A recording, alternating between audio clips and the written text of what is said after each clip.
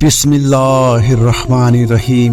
السلام علیکم پیارے دوستو، اسلامک ویڈیو کے لیے ہمارے چینل مہتاب عالم اسلامک وائس کو سبسکرائب کریں۔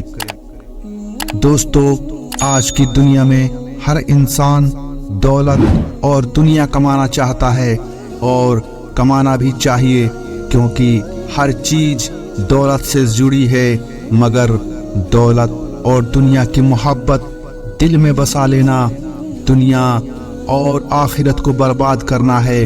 تو دوستو، آج کی اس ویڈیو میں آخر نبی صلی اللہ علیہ وسلم نے دل کی حفاظت اور دل سے دنیا کی محبت نکالنے کا کیا طریقہ بتایا ہے۔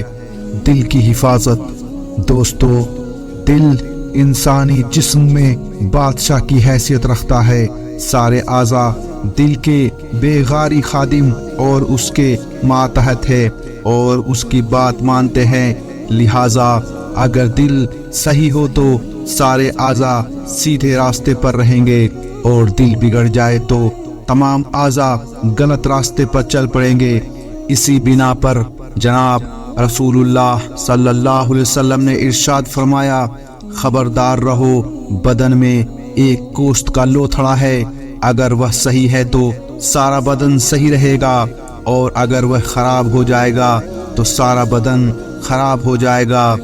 خبردار، وہ یہی دل ہے۔ دل کی بیماریاں، دل کی روحانی بیماریاں بہت زیادہ ہیں، جن کا اثر پوری انسانی زندگی پر پڑتا ہے۔ ان میں کچھ بیماریاں بہت خطرناک ہیں، ان میں سے ہر ایک صرف مرض نہیں بلکہ سینکڑوں بیماریوں کے وجود میں آنے کا سبب ہے۔ اس لیے ہر وہ مومن جو اللہ تعالیٰ سے شرم و حیا کی صفت اپنانا چاہتا ہے، اس پر لازم ہے کہ وہ اپنے دل کو خاص طور سے نیچے دیے گئے بنیادی مرضوں سے محفوظ رکھے۔ دنیا کی محبت، بغض و عداوت، آخرت سے غفلت۔ واقعہ یہ ہے کہ اگر ان ذکر کی گئی بیماریوں سے دل کو پاک کر لیا جائے تو انشاءاللہ روحانی اعتبار سے دل پوری طرح صحت یاب ہوگا، اور پورا جسم انسانی اطاعت خداوندی کے جذبے میں سرشار اور گناہوں سے محفوظ ہو جائے گا۔ دنیا کی محبت انسان کی طبیعت میں داخل ہے۔ ارشاد خداوندی ہے کہ لوگوں کو اپنی پسندیدہ چیزوں کی محبت نے، جیسے عورتیں اور بیٹے اور خزانے، جمع کیے ہوئے سونے اور چاندی اور گھوڑے اور مویشی اور کھیتی، اور یہ محبت ضروری بھی ہے، اس کے بغیر دنیا کا نظام قائم نہیں رہ سکتا۔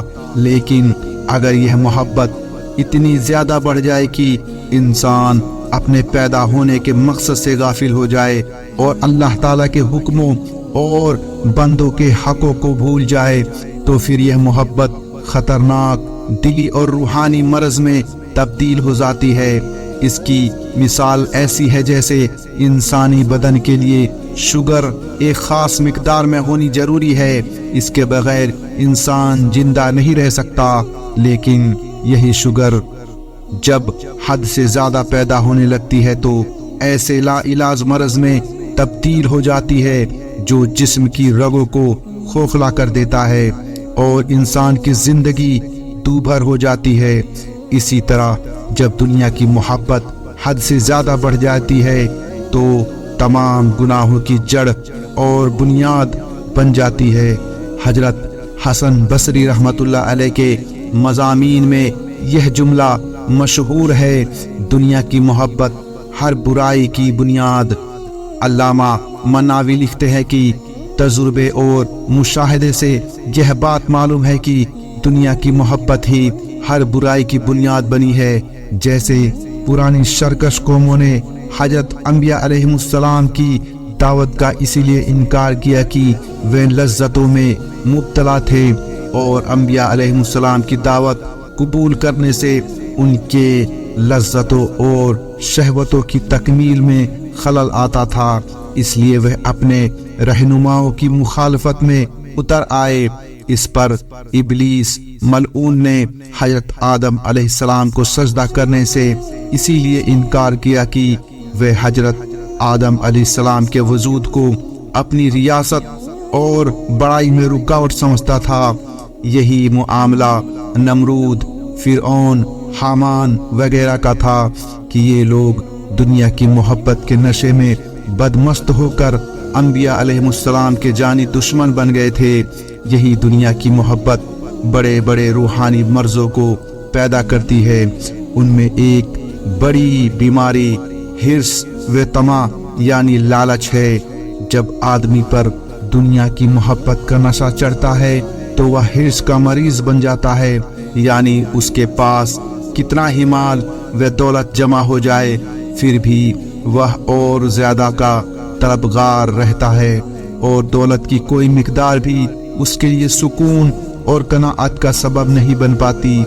جناب رسول اللہ صلی اللہ علیہ وسلم کا ارشاد ہے کہ اگر آدمی کو سونے سے بھری ہوئی ایک پوری وادی بھی دے دی جائے تو وہ دوسری وادی کو مانگے گا، اور اگر دوسری دے دی جائے تو تیسری کو مانگے گا، اور آدمی کا پیٹ تو صرف مٹی ہی بھر سکتی ہے، یعنی مرنے کے بعد ان چاہتوں کا سلسلہ ختم ہوگا، اور جو توبہ کرے تو اللہ تعالیٰ اس کی توبہ قبول فرمائے گا۔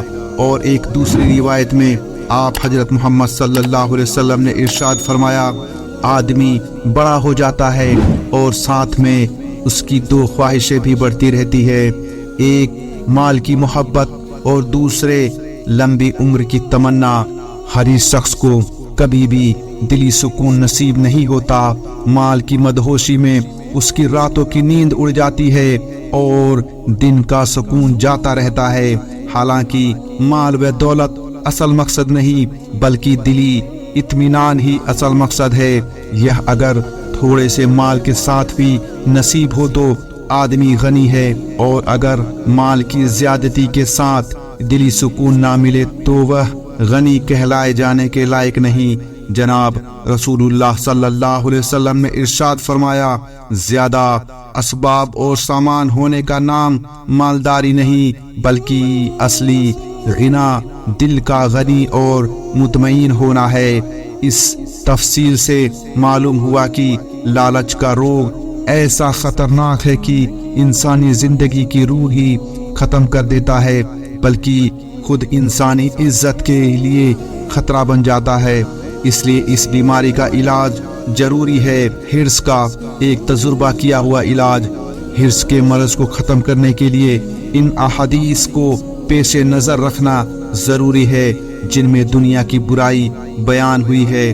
جیسے ایک روایت میں ہے کہ نبی کریم صلی اللہ علیہ وسلم نے ارشاد فرمایا، دنیا مومن کے لیے قید خانہ ہے اور کافر کے لیے جنت ہے، یعنی مومن کو دنیا میں اس طرح رہنا چاہیے جیسے ایک قیدی قید خانے میں رہتا ہے، اور قید خانے کی کوئی چیز اسے اچھی نہیں لگتی بلکہ وہ ہر قیمت پر قید سے باہر آنے کی کوشش کرتا رہتا ہے۔